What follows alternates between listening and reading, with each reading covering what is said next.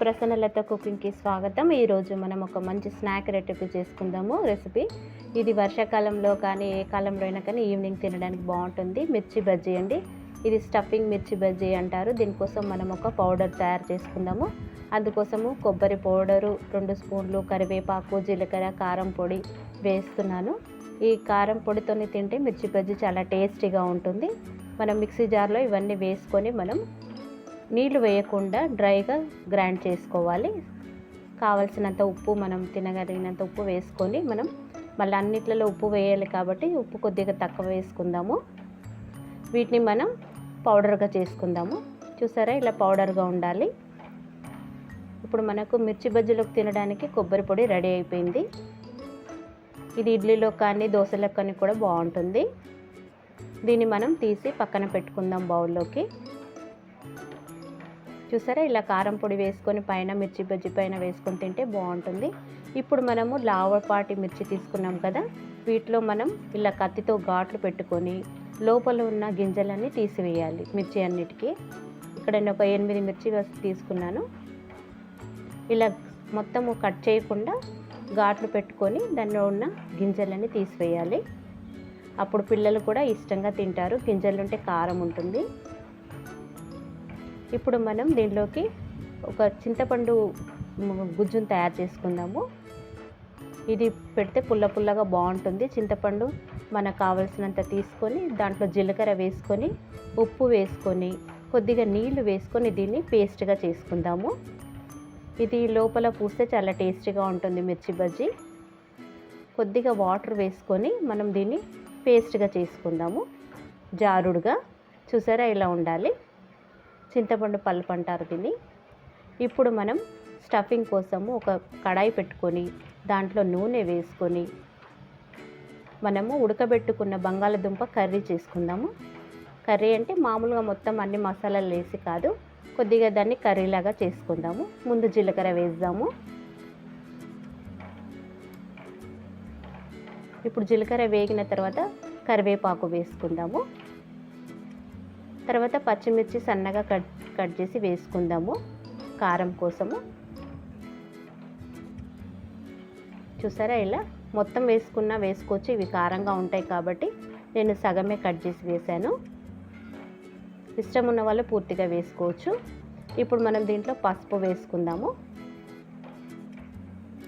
కూరకు కావాల్సినంత పసుపు వేసుకుందాము.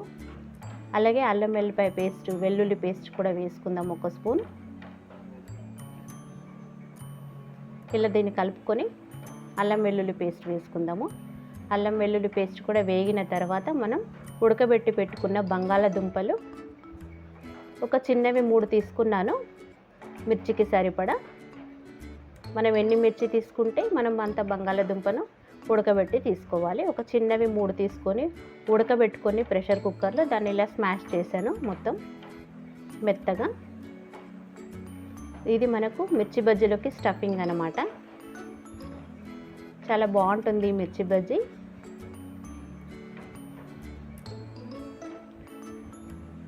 చూసారా, ఇలా మొత్తం కర్రీ లాగా చేసుకోవాలి. దాంట్లో జారుడుగా కాకుండా ఏమి వాటర్ వేయకుండా మనం తగినంత ఉప్పు వేసుకుందాము. మనం ఎంత తినగలమో చూసుకొని వేసుకుందాము.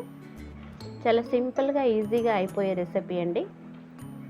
వాతావరణం చల్లగా ఉన్నప్పుడు సాయంత్రం పూట తినడానికి మనం ఈజీగా చేసుకోవచ్చు. ఒకవేళ బంగాళదుంప తినని వాళ్ళు ఈ స్టఫింగ్ తీసేసి అలా ఉట్టిది కూడా మిర్చి బజ్జీ చేసుకొని తినొచ్చు. ఇప్పుడు స్టవ్ బంద్ చేసుకొని మనము ఇది చల్లారి పెట్టుకుందాము. ఒక బౌల్లోకి తీసుకొని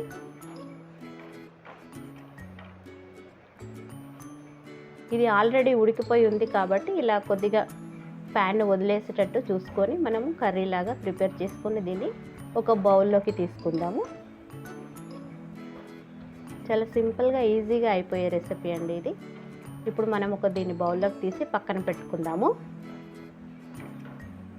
ఒకవేళ బంగాళదుంప ఇష్టం లేని వాళ్ళు మిర్చి బజ్జీ ఊరికనే చేసుకోవచ్చు అలా, స్టఫింగ్ లేకుండా.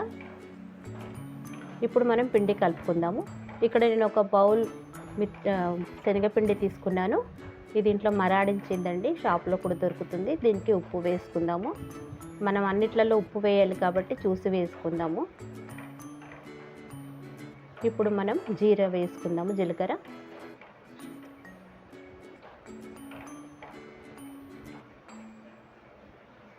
కొద్దిగా పసుపు వేసుకుందాము, అలాగే కొద్దిగా ఓమ కూడా వేసుకోవాలండి ఇందులో. ఇప్పుడు మనం క్రిస్పీగా రావడానికి దీంట్లో 2 స్పూన్ల బియ్యం పిండి వేసుకుందాము. బియ్యం పిండి వేయడం వల్ల మిర్చి బజ్జీ క్రిస్పీగా వస్తాయి. ఎక్కువ వేయకూడదు, 2 స్పూన్స్ వేసుకుంటే సరిపోతుంది. అలాగే మనము తినే సోడాను కూడా కొద్దిగా వేసుకుందాము, చిటికెడు వేసుకుంటే సరిపోతుంది. ఎక్కువగా వేస్తే నూనె పీలుస్తుంది. మనము కొద్దిగా ఇందులో నూనె వేసుకుందాం. నూనె వేయడం వల్ల పిండి చాలా సాఫ్ట్గా ఉంటుంది, గడ్డలు లేకుండా మనము మిర్చి బజ్జీ చాలా సాఫ్ట్గా వస్తుంది నూనె వేయడం వల్ల. పచ్చి నూనె అంటే కాగబెట్టింది కాదు. దీన్ని బాగా మిక్స్ చేసుకొని మనము వాటర్ కూడా చూస్తూ పోయాలండి, ఒక్కసారి పోసేయకూడదు. పిండికి ఎంత అవసరమో చూస్తూ మనం వాటర్ని కొద్దిగా వేస్తూ జారుడుగా చేసుకోవాలి. మరీ ఎక్కువగా పలసగా చేయకూడదు, అలాగని మరీ గట్టిగా చేయకూడదు. పిండి మిర్చి బజ్జీకి అంటేలాగా చేసుకోవాలి. ఇలా మొత్తం ఉండలు లేకుండా స్మూత్గా కలుపుకోవాలి. నాకైతే 1/2 గ్లాస్ పట్టిందండి, చూసారా? ఇలా స్మూత్గా చేయాలి, ఎక్కడ గడ్డలు లేకుండా. అప్పుడే మనకు మిర్చి బజ్జీ చాలా స్మూత్గా వస్తుంది. ఇప్పుడు మనం మిర్చి బజ్జీ తీసుకొని దాంట్లో ముందుగా మనము చింతపండు రసాన్ని పూసుకుందాము, పేస్ట్ని. ఇలా పూయడం వల్ల మిర్చి బజ్జీ కొరికినప్పుడు చాలా పుల్లగా చాలా బాగుంటుంది.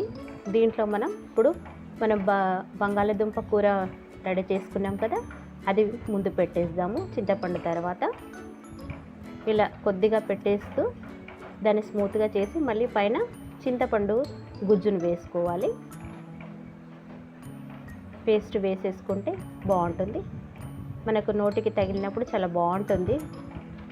సేమ్ అలాగే మిర్చి బజ్జీలన్నీ చేసుకోవాలి. ముందు చింతపండు పేస్ట్ని పెట్టుకున్న తర్వాత బంగాళదుంప మిశ్రమాన్ని పెట్టుకోవాలి. ఇలాగే మిర్చి బజ్జీలన్నీ రెడీ చేసి పెట్టుకోవాలి. నూనె కాగడానికి పెట్టేసి మనం ఇవి ప్రిపేర్ చేసుకుంటే నూనె కాగిపోతుంది. నూనె కాగిన తర్వాత కొద్దిగా మీడియంలో పెట్టేసుకుంటే మనకు మిర్చి బజ్జీ తొందరగా లోపల వరకు కాలుతూ బాగుంటాయి. హైలో వేయించకూడదు, నూనె కాగే వరకు హైలో పెట్టి తర్వాత మీడియంలో పెట్టుకోవాలి. ఇలా మిర్చి బజ్జీలను రెడీ చేసి చూసారా, నూనె కాగిపోయింది. ఇప్పుడు మనం దీన్ని పిండిలో డిప్ చేస్తూ ముంచుతూ చాలా జాగ్రత్తగా స్టఫింగ్ ఊడిపోకుండా దాన్ని మధ్యలోకి పట్టుకొని ఇలా మిర్చి బజ్జీలు వేసేయాలి. కట్ చేసినది ఉంటుంది కదా, అది చాలా బాగా వస్తాయి. చూడండి, పిండిలా కలుపుకున్నాం కాబట్టి సాఫ్ట్గా వచ్చాయి.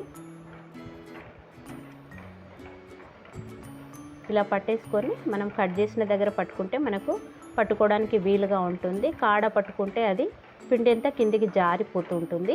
కాబట్టి కట్ చేసిన దగ్గర మధ్యలో పట్టుకొని మనం వేస్తూ ఉండాలి. చాలా సింపుల్గా ఈజీగా అయిపోయే రెసిపీ అండి. చాలా బాగుంటాయి ఈవినింగ్ తినడానికి టీతో. చలికాలం కూడా బాగా బాగుంటాయి. వర్షాకాలంలో కానీ చల్లగా వాతావరణం ఉన్నప్పుడు మనం ఇలా ప్రిపేర్ చేసుకొని తినవచ్చు. చూసారా, నూనె కాగింది. కాగిన తర్వాత మీడియంలో పెట్టాను. మనం సోడా వేసాం కాబట్టి కొద్దిగా ఉబ్బాయి. చూసారా ఎంత చక్కగా ఉన్నాయో, చూస్తుంటేనే తినాలనిపిస్తుంది కదా. మీరు కూడా ట్రై చేయండి.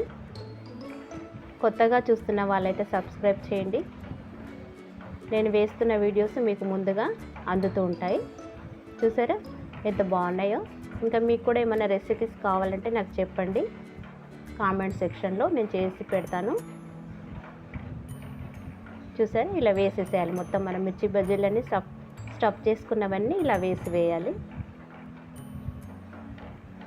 వేడిగా తింటే బాగుంటుంది. మనం చేసుకున్న పొడితోని, కొబ్బరి పొడితోని, అలాగే ఆనియన్స్ పెట్టుకొని, ఉల్లిపాయలు పెట్టుకొని తింటుంటే చాలా బాగుంటుంది వేడిగా. చాలా సింపుల్గా ఈజీగా అయిపోయే రెసిపీ అండి. ఎక్కువ శ్రమ పడాల్సిన అవసరం కూడా లేదు. దొడ్డు మిర్చిలు ఎక్కడైనా కనపడితే తెచ్చుకొని ఇలా చేసుకోవచ్చు. చూసారా ఎంత బాగున్నాయో, సాఫ్ట్గా వచ్చాయి కదా. చూసారా, అయిపోయింది. చాలా సింపుల్గా ఈజీగా అయిపోయే రెసిపీ అండి. Thank you for watching.